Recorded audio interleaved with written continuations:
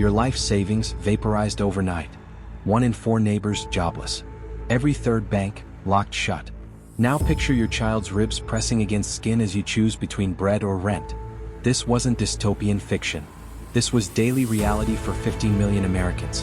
The Great Depression didn't just crash markets, it shattered the human spirit in the wealthiest nation on earth. 25% unemployment. A third of banks vanished. Children's bones showing through flesh because bread cost too much. This was more than an economic collapse. It was the unraveling of the American dream itself. And it began with a single deafening bell on Wall Street. The 1920s weren't just prosperous, they were intoxicating. Assembly lines birthed 4 million cars a year. Radios connected farmhouses to jazz clubs. Ordinary clerks speculated on stocks with buying on margin, putting down just 10% for shares. But the glitter hid rot. By 1929, the richest 1% held 40% of America's wealth. Farmers choked on debt as wheat prices collapsed 40%. Banks gambled deposits on shaky loans. When stocks peaked on September 3, 1929, the trap was already sprung. October 24, 1929, Black Thursday. Ticker tapes lagged 90 minutes behind panic. 12.9 million shares dumped in one day. Bankers pooled $250 million to buy stocks, briefly steadying nerves. It failed. 5 days later, Black Tuesday, 16 million shares sold. $30 billion evaporated, equivalent to $500 billion today. Millionaires jumped from windows. But the real horror? 90% of Americans didn't own stocks. Their punishment was just beginning. By 1933, average incomes dropped 40%. Unemployment hit 25%. No safety nets. No food stamps. Cities became theaters of humiliation. 1,000 men fighting for 10 jobs shoveling snow. In Cleveland, suicide hotlines got 5,000 calls a day. New York reported 110 starvation deaths in 1934, babies dying of malnutrition, while dairy farms dumped milk to prop up prices. Soup kitchens served 85,000 daily in New York City alone. Families ate Hoover stew, bones, grease, and foraged weeds. A Pittsburgh mother traded her wedding ring for potatoes. Teachers fainted in Chicago classrooms. 20% of children showed signs of rickets. Then came the Dust Bowl. 100 million acres of prairie turned to powder. Static electricity from storms made doorknobs spark blue. Black Sunday, April 14, 1935. A 200-mile-wide wall of dirt blotted out the sun. Cattle suffocated mid-chew. Families slept with wet sheets over faces to filter grit. Banks foreclosed 1 million farms. In Le Mars, Iowa, 500 farmers dragged a judge from his bench at gunpoint. Sign a moratorium on foreclosures. They demanded. He refused. They nearly lynched him. Despair rewrote family codes. Men raised on the creed, provider or perish, hid in alleys to avoid seeing their children's hunger. Male suicides rose 30%. Poor man's divorces spiked. Men vanished on false errands, never returning. Yet women became covert heroes. They sewed dresses from flour sacks. Companies printed floral patterns to mask the shame. They bartered mending for milk.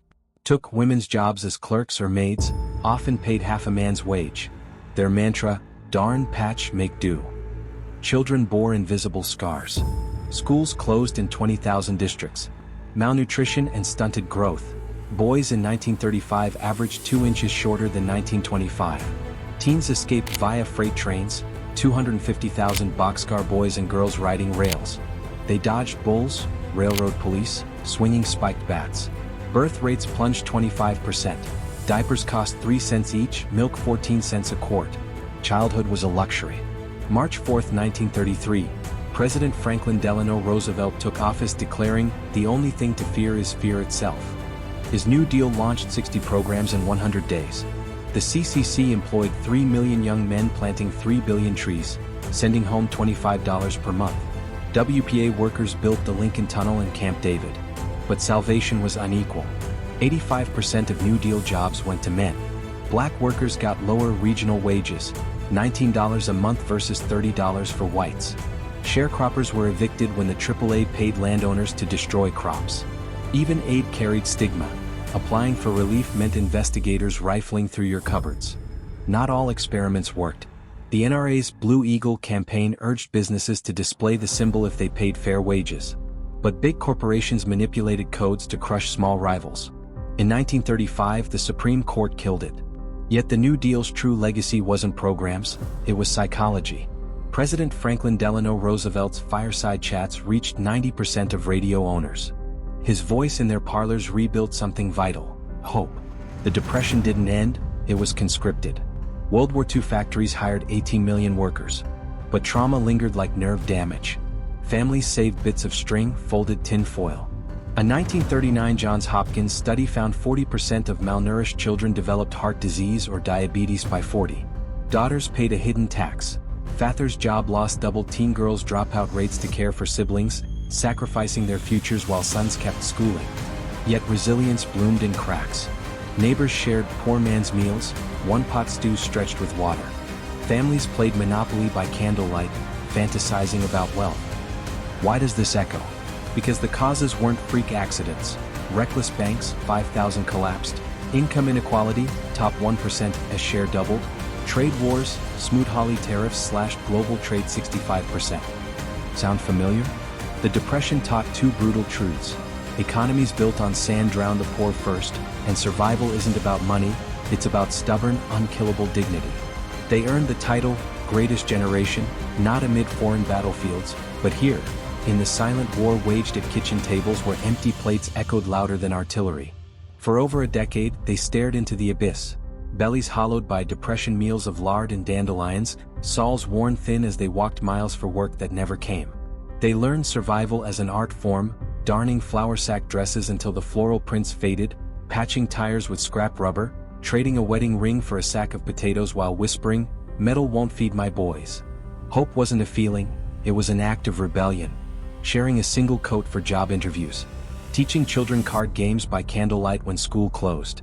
Humming blues tunes in Hoovervilles while winds howled through cardboard walls. The Great Depression was never just numbers. Vanished banks, 25% unemployment, dust-choked plains. It was the sound of a clock striking midnight on the American century.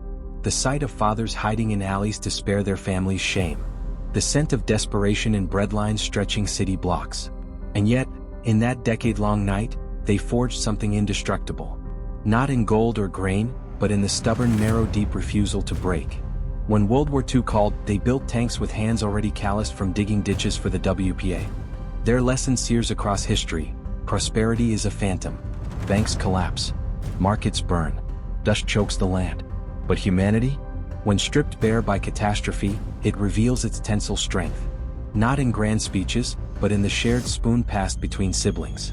Not in stock portfolios, but in the mended sole of a shoe walking one more mile. The Depression taught that true currency isn't printed on paper. It's etched in the courage to crawl toward dawn when midnight is all you see. That is their legacy.